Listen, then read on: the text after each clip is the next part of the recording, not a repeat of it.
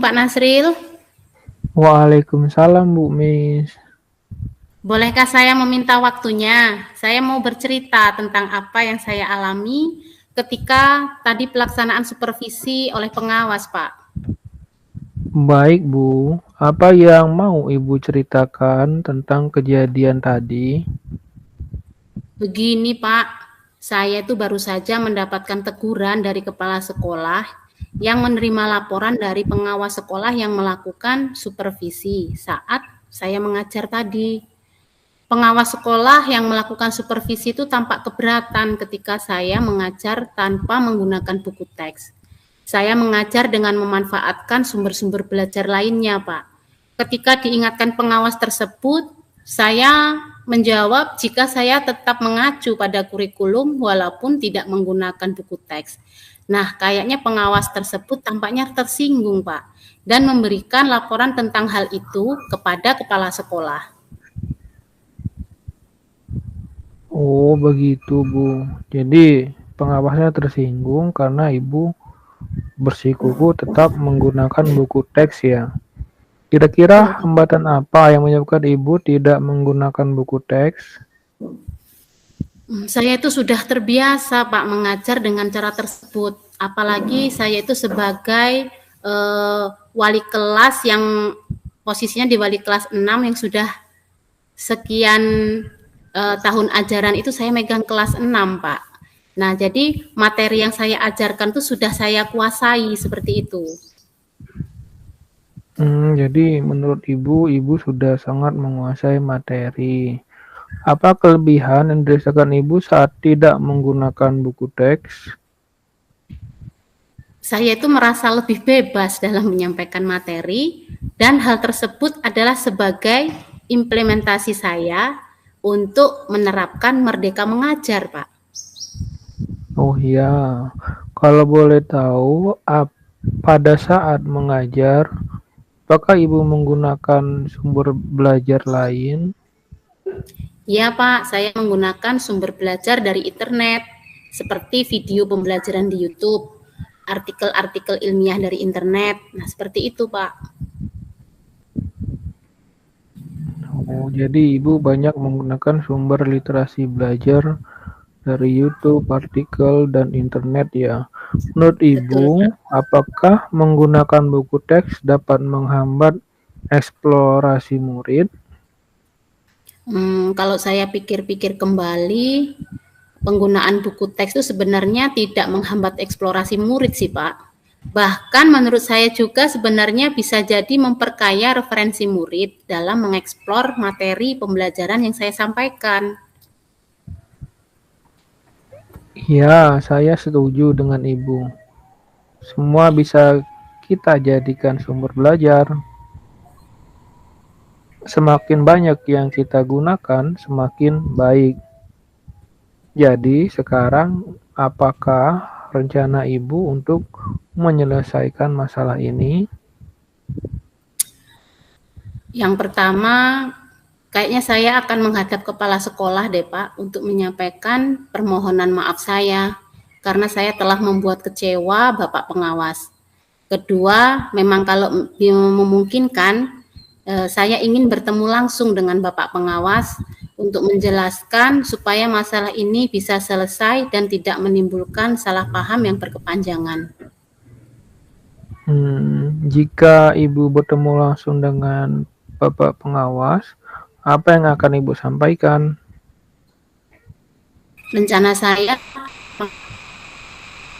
akan mengajar menggunakan sumber belajar seperti yang disampaikan oleh Bapak pengawas ya, diantaranya buku teks dan internet, video pembelajaran dan yang banyak lagi, Pak, supaya murid-murid dapat mengeksplorasi materi yang saya sampaikan.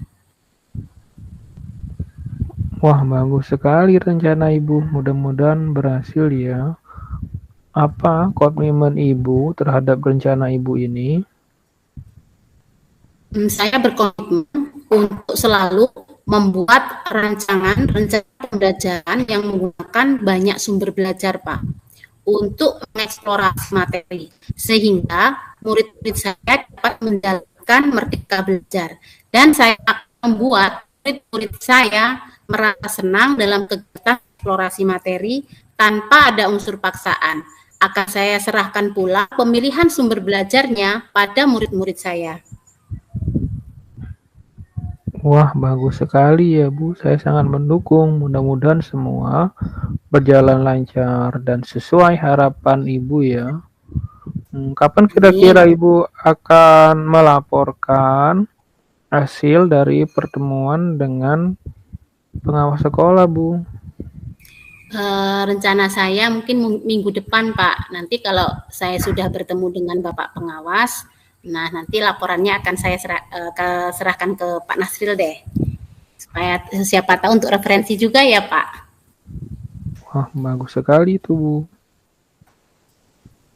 Terima kasih ya Pak Nasril atas waktunya untuk sharing.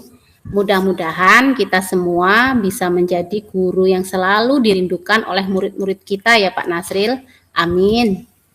Amin. Sampai jumpa besok, Ibu. Ya, iya Bapak, terima kasih. Assalamualaikum, Bu Miss. Waalaikumsalam Pak Nasril. Bu Miss, bolehkah saya minta waktunya sebentar? Saya mau bercerita tentang apa yang saya alami tadi ketika mengajar di kelas. Baik Pak Nasril, apa yang mau Bapak ceritakan tentang kejadian di kelas tadi? Begini, Bu. Saat saya mengajar di kelas, sebagian siswa tampak tidak tertarik dan cenderung mengantuk, Bu. Oh, begitu ya Pak. Kira-kira hambatan apa yang menyebabkan murid-murid Bapak tidak bisa belajar dan di kelas? Sebenarnya saya sudah lama mengajar, Bu, dan terbiasa mengajar dengan media PowerPoint dan video, Bu. Kalau boleh tahu, apa kelebihan yang dirasakan Bapak saat tidak menggunakan PPT dan video? Dan pada saat mengajar, Bapak menggunakan media pembelajaran apa saja? Iya, kelebihan yang saya rasakan, Bu, saat menggunakan PPT dan video, murid-murid akan cenderung aktif, Bu, karena kita tahu PPT dan video merupakan media pembelajaran interaktif, Bu. Dapat merangsang audio dan visual murid. Menurut Bapak, apakah menggunakan video dan PPT dapat meningkatkan minat belajar siswa? Kalau saya pikir-pikir, kembali penggunaan video dan PPT akan sangat menarik jika kita digunakan di kelas, Bu. Namun mungkin saya akan menambah media pembelajaran lainnya, Bu, karena untuk murid-murid yang kinestetik mungkin saya harus membuat media pembelajaran real. Jadi untuk membuat pembelajaran berdiferensiasi di kelas, Bu. Ya, saya setuju dengan Bapak. Semua bisa kita jadikan media pembelajaran. Jadi, sekarang apa rencana Bapak untuk menyelesaikan masalah ini?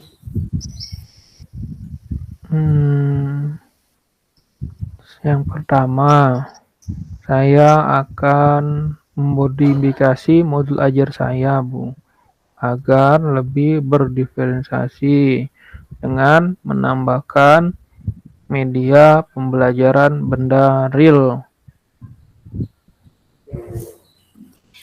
Apa yang akan Bapak lakukan di kelas?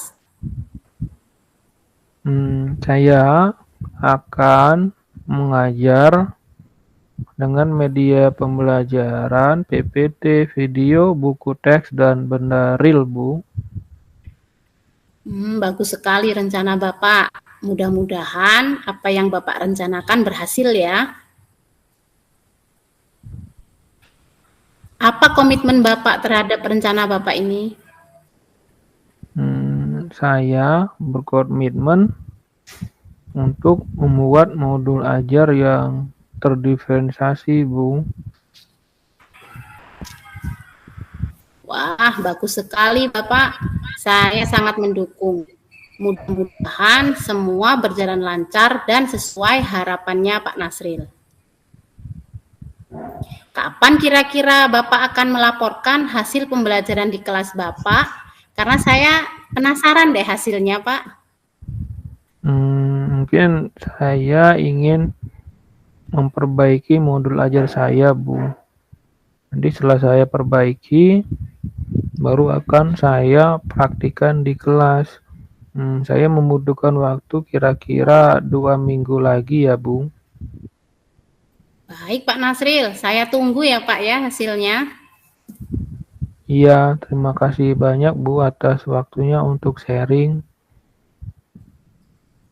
Benar-benar sangat membuat saya menjadi lega dan dapat mengatasi permasalahan mengajar saya di kelas, Bu. Terima kasih banyak atas waktunya.